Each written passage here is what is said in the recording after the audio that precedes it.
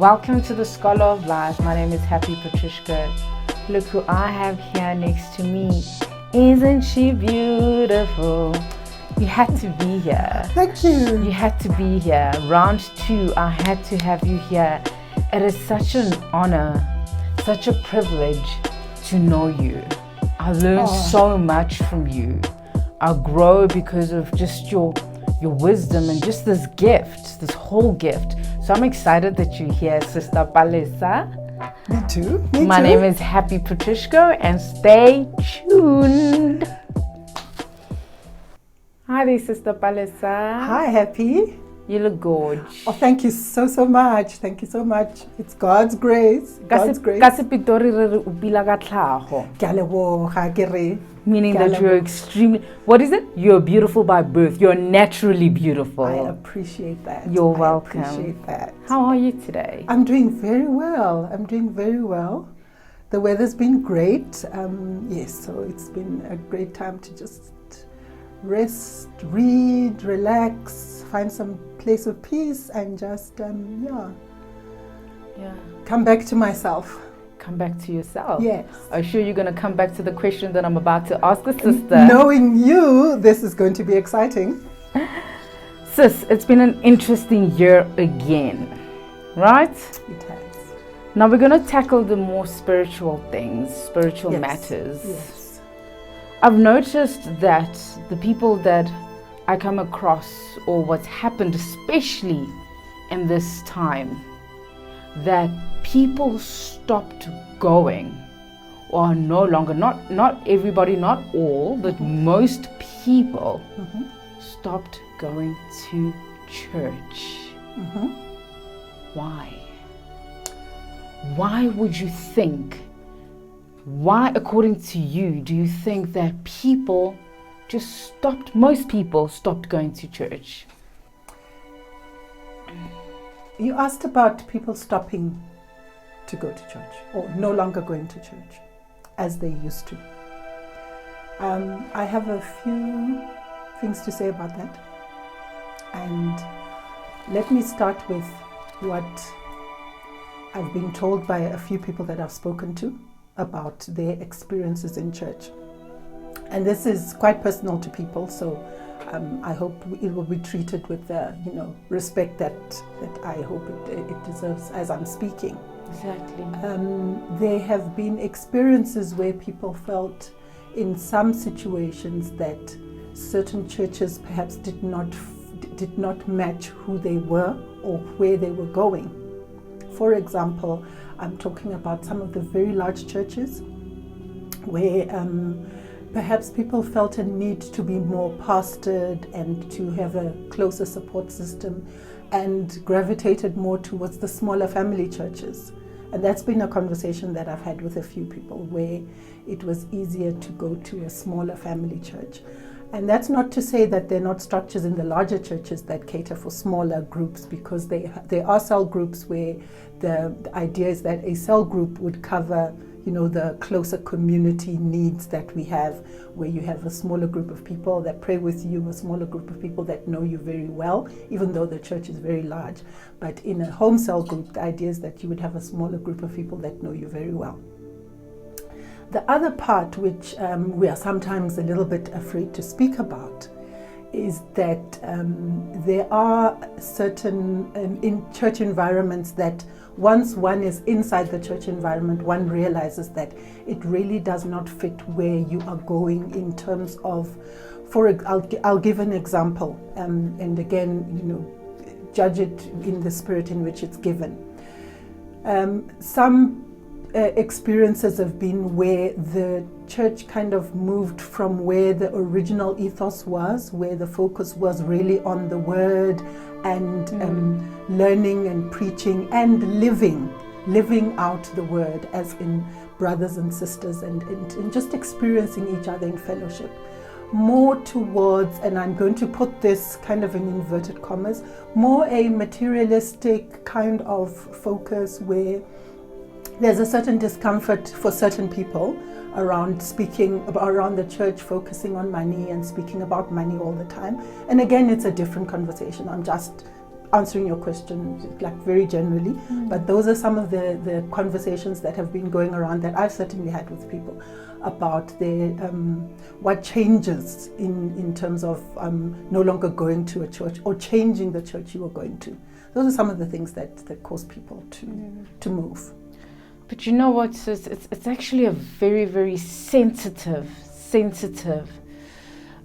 matter. It is so sensitive and personal to me that I'm finding that a lot of people, inverted commas again, remember we are a scholar of life. We do not know all the answers. Absolutely. We are learning from one another, yes, right? Yes. So just have that in mind as well, viewers.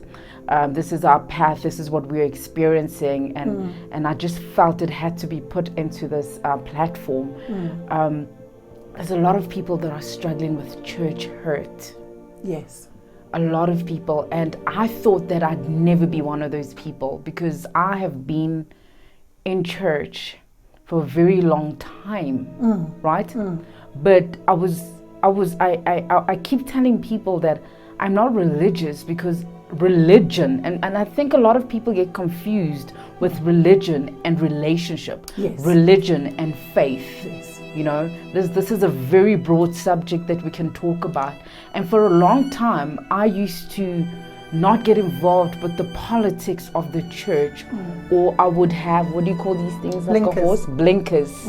Exactly. So I would just go in, concentrate on the word, listen to the doctrine, take in whatever the Holy Spirit, whatever I take in. So my focus was basically on the things of God. Right. But that, if you think about church, that was not what church was meant to be. Then I would feel happy. You're just going in and out of church, you know, and you're spending your time with God. And I felt that was selfish by ignoring the politics until it came to such an extent where the politics was in my face and the reality of what really happens in church just left me trembling. Not even trembling, it left me as mourning, as grieving, because it's such a sensitive matter. It's such a sensitive matter to that church hurt experience, and people are quitting. Yes. Can you touch base with that? Yes, as soon as you started, the first thing that came to me was remember that it's people in the church. It's people in the church. So the hurt and the politics and is not actually the church, it's the people.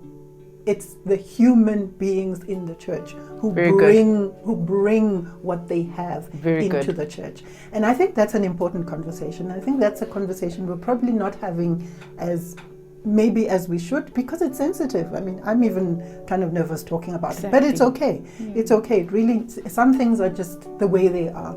So where we are in the church and we are working towards growing ourselves spiritually. We're working towards being more Christ-like, right? That's what we're working towards, being more Christ-like. But there are these human elements of ours that become bigger than the mission almost.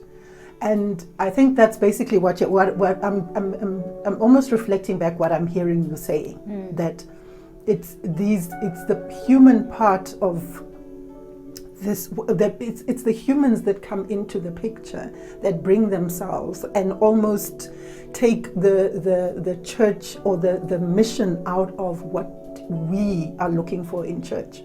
And that's another conversation about what do we come looking for in church. Please touch that. And that's really what I, as soon as you said that, I wanted to talk about the human side, but also when we come to church, what do we come looking for?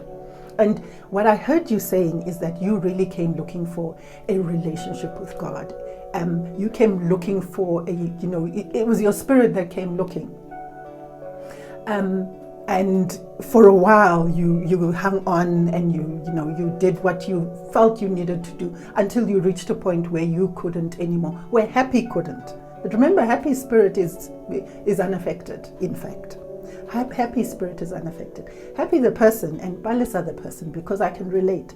Happy the person and Palesa the person are the ones who often struggle then with being in this church setting, with being in this space, because I can think of several examples even at the same time. But when you talk about hurt, when you talk about, which I think is more like reliving certain traumas that we left behind, I would say, and quite boldly, I would say, certain traumas that we left behind in the world and come into the church and almost relive them. Wow. I think that's what you, so I can sense that I got the gist of what you were saying. So these traumas that we left behind, that we thought, oh, wow, I'm saved, I'm coming into church, I've left all my traumas behind, I've left all my pains behind, I'm coming to Jesus. And suddenly you face them. You face the humans who are also, the word says, for all have sinned and fallen short of the glory of God. True. So we confront one another in this space where I think you've hit on a point that is the point we're not talking about.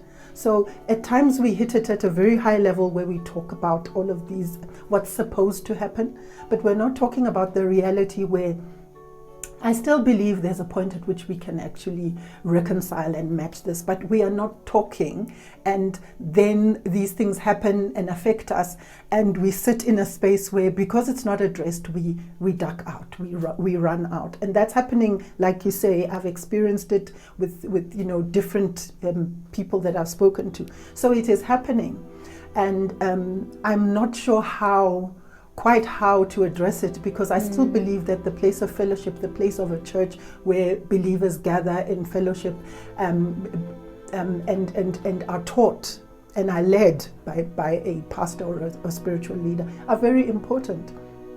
But I think there is an element where we are almost working against ourselves. Okay. And I'm saying this very carefully. Okay. But there's that element. Okay. So Good answer. I was sitting here thinking, so was one selfish? Was I making it about myself and my feelings that we run, like you said, we run away from anything that hurts or does not look right, because we're trying to pursue goodness, we're trying to pursue righteousness, we're trying to pursue sanctification and purification, and there are levels. So I'm saying as leaders, and this is even more sensitive, I felt that, okay, you've explained in terms of how we feel, right? But I'm saying that we are under some leadership, okay? Yes. What happens to, someone like me that is so far from perfect, but I know the answers. I know that one needs to try to live a righteous life, try and do good, those steps, because you have the Holy Spirit that dwells inside of you. So I'm just stunned at the disgust, there's no other words for it, that's happening in most churches. And I question myself, do we say that we love God like we say we do? Do we really say we believe in this God? And that's where I'm sitting, and it's been, a lot of people would say that, but remember so and so from the Bible was weak, and so did that, but I'm sorry, I believe that there are levels. Okay, so I don't understand I'm just so confused at the moment, and I understand what you're saying, but what I'm saying is that a lot of people are broken.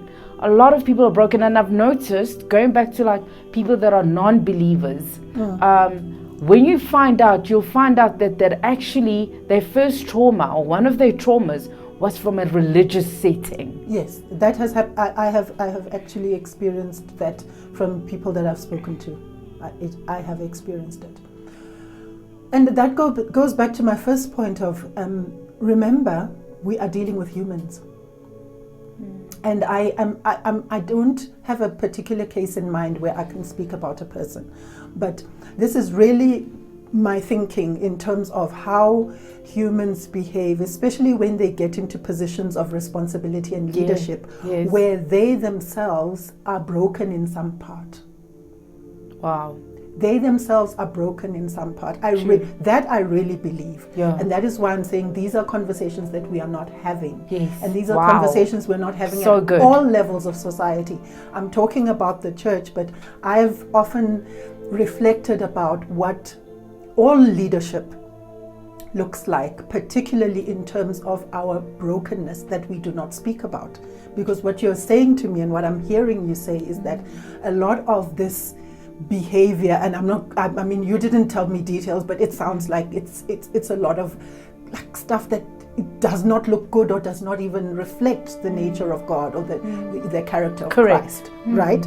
But now my strong sense is that it comes from a place of brokenness, which we can definitely acknowledge.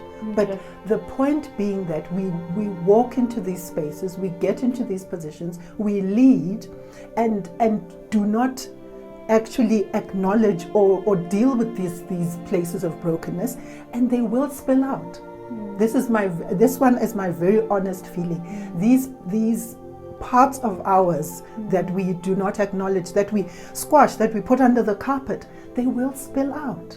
And that is the truth. So good. That is the truth. That and again, I don't know how else to put it, but leading from a place of brokenness, leading from a place of leading from a place of pain, leading from a place of fear, leading from a place of lack. For me, those are some of the issues that we need to speak about. We need to. So good. So good, Sister Palesa. Thank you so much. Thank you. Thank you. Thanks. How would you, if I had to describe 2 words to you, is it 2 words or it's a koa man? A pure heart versus a corrupted mind.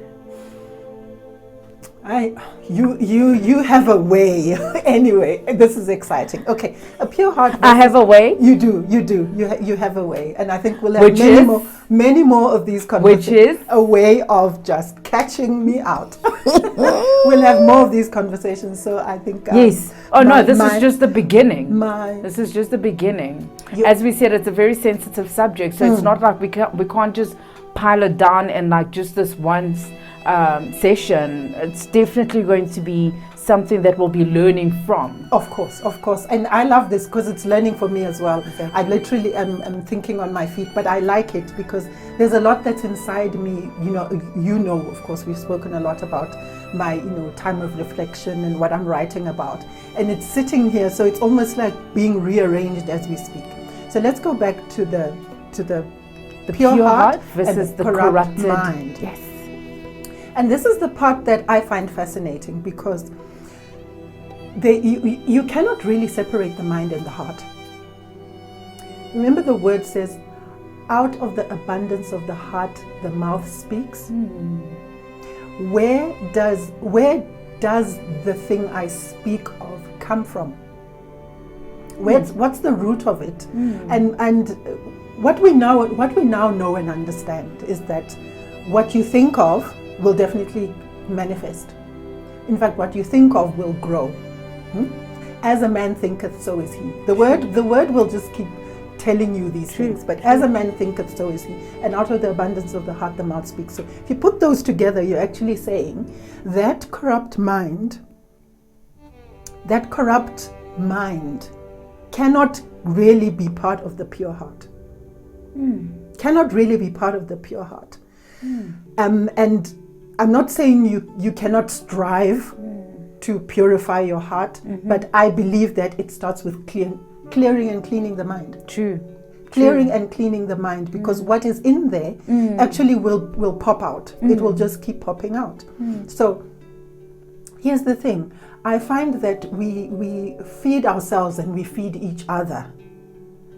And that is what we must be careful of. What are you feeding from? Exactly. What are you eating from? What are you drinking from? Good. What is feeding you? And that's the part of the corrupt mind, which I am saying, and this is just me, like off the top of my head, it's difficult to reconcile a corrupt mind and a pure heart.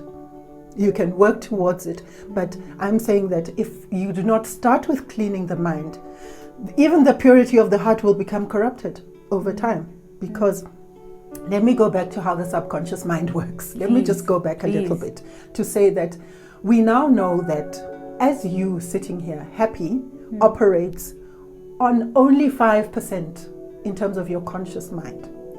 The rest of you, the 95% of happy, sits in her subconscious. So happy can come out on a good morning. It's a lovely sunny day and she says, my mind is pure. Things are great. I'm doing well. Wow. But what's sitting in her subconscious, Wow. if that is Wow. the corruption, if that is the pain, and I'm going back to pain and hurt all the time, if that is the pain, if that is the hurt, it's going to pop out. It's going to bubble out somewhere. And if we are not aware, if we don't teach and reteach ourselves how to think and what to think, I'm just saying that we're almost taking 2 steps forward and 10 steps back on a consistent basis, because good intentions are fantastic, but good intentions without a conscious awareness of where they actually come from are kind of almost counterproductive. It's like swinging a pendulum back and forth. Wow.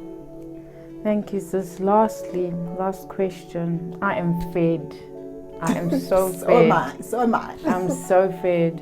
You just reminded me this morning, just very quickly, I woke up with that pure mind again.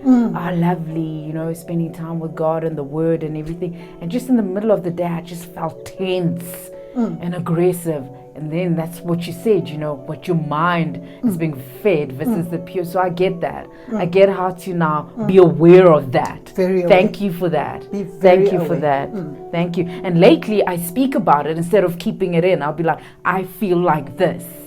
I feel like this. I sometimes I speak to my husband. I'm like, look, I'm feeling this kind of way, So I get it. Thank you for breaking it down. Awesome. Lastly, what advice would you have for a believer to maintain the fire outside church? Fine, we are in this little confusion or whatever it is, but we do know that church is important. It is. It's extremely important. And that's going to be another topic of it on its own as to what is church. Yes. Okay? But while we are trying to be in this pool of understanding, trying to understanding, people perish because lack of knowledge. That's also another subject on its own. What advice would you have for a believer to maintain the fire outside church? Sure. Am I one to even advise? But I would say that your foundation is the Word. In all honesty, your foundation is the Word. The Word is life. So for me, it begins and ends with the Word. It really does. I cannot think of anything beyond that. True that. The Word is your food. The Word is your light. It's a lamp to your a lamp to your feet. And all of that. I'm sure I got that wrong, but anyway, but it begins and ends with the Word, and I'm very sure that there will be opportunities for fellowship, because this is the other part. Fellowship. Even as I said it, I kind of had a wave come through my mind that the Word is it's actually your food and everything. But imagine if you're sitting and eating alone all the time. And that is not how we are even wired. No, it's not how meant to be that way. Spiritually we're created. So my sense is that it would be great to create opportunities for fellowship. Remember, this is you in your creative space. God created us and we are in His image. We also have an opportunity to be as creative as within our spirit and our spiritual world as we need to. So I'm saying, what if we become very creative about how we redo church, how we do church in a new way? I mean, this time of lockdown has also brought us another opportunity to see ourselves doing church long distance, doing church digitally, doing church on Facebook. So we've literally thrown away the limitations, and that's how I feel now. So who says that's another subject on its own, but anyway. Yes. So who says we cannot create fellowship in whichever way we need to? Wow, thank you, sis. Look, viewers, this was not it. This was just the beginning of understanding of. Thank you so much, sis. It's my pleasure. You did well. Thank you. You're amazing. You're such a gift. Thank you. I thank God for you. Anyway, good peeps, thank you so much, Palesa. You are so loved by me. Me? you know you're going to come back, right? I am. You know I'm going to ask you to come back, right? I'm going to come back. You've challenged me in ways I didn't imagine. So this is great for me as well.